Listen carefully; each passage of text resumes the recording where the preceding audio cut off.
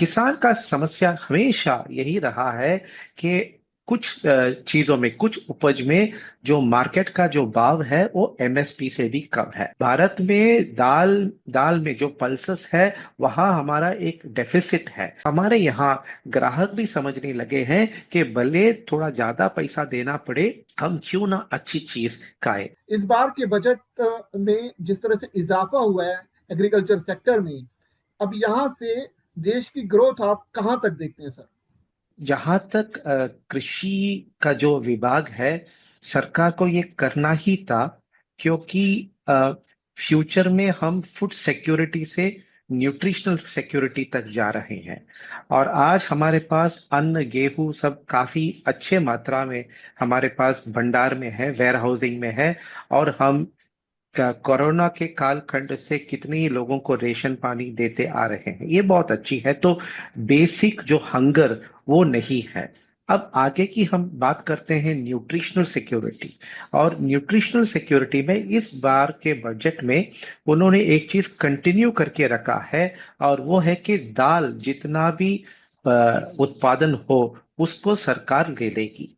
किसान का समस्या हमेशा यही रहा है कि कुछ चीजों में, कुछ उपज में जो मार्केट का जो भाव है वो एमएसपी से भी कम है। अब एमएसपी को एक आप कैलकुलेटेड प्राइस रखिए, क्योंकि कॉस्ट ऑफ इनपुट, फिर फर्टिलाइजर का कॉस्ट, सब कुछ निकाल के और मजदूरी कितना होता है उसके हिसाब से कॉस्टिंग आ जाती है। अब अगर उस कॉस्टिंग के नीचे किसान को बेचना पड़े, तो वो जो व्यवसाय है वो कभी लाभदायक नहीं होगा। इसीलिए इस बार सरकार ने क्या किया है, वो दाल को पूर्ण तरीके से एमएसपी में लेने का उन्होंने निर्णय लिया। ये पहले भी लिया था, उसी को वो कंटिन्यू कर रहे। तो मेरे ख्याल से भारत में दाल दाल में जो पल्सेस है, वहां हमारा एक डेफिसिट है। हम बाहर के देशों से इसको आयात कर रहे हैं।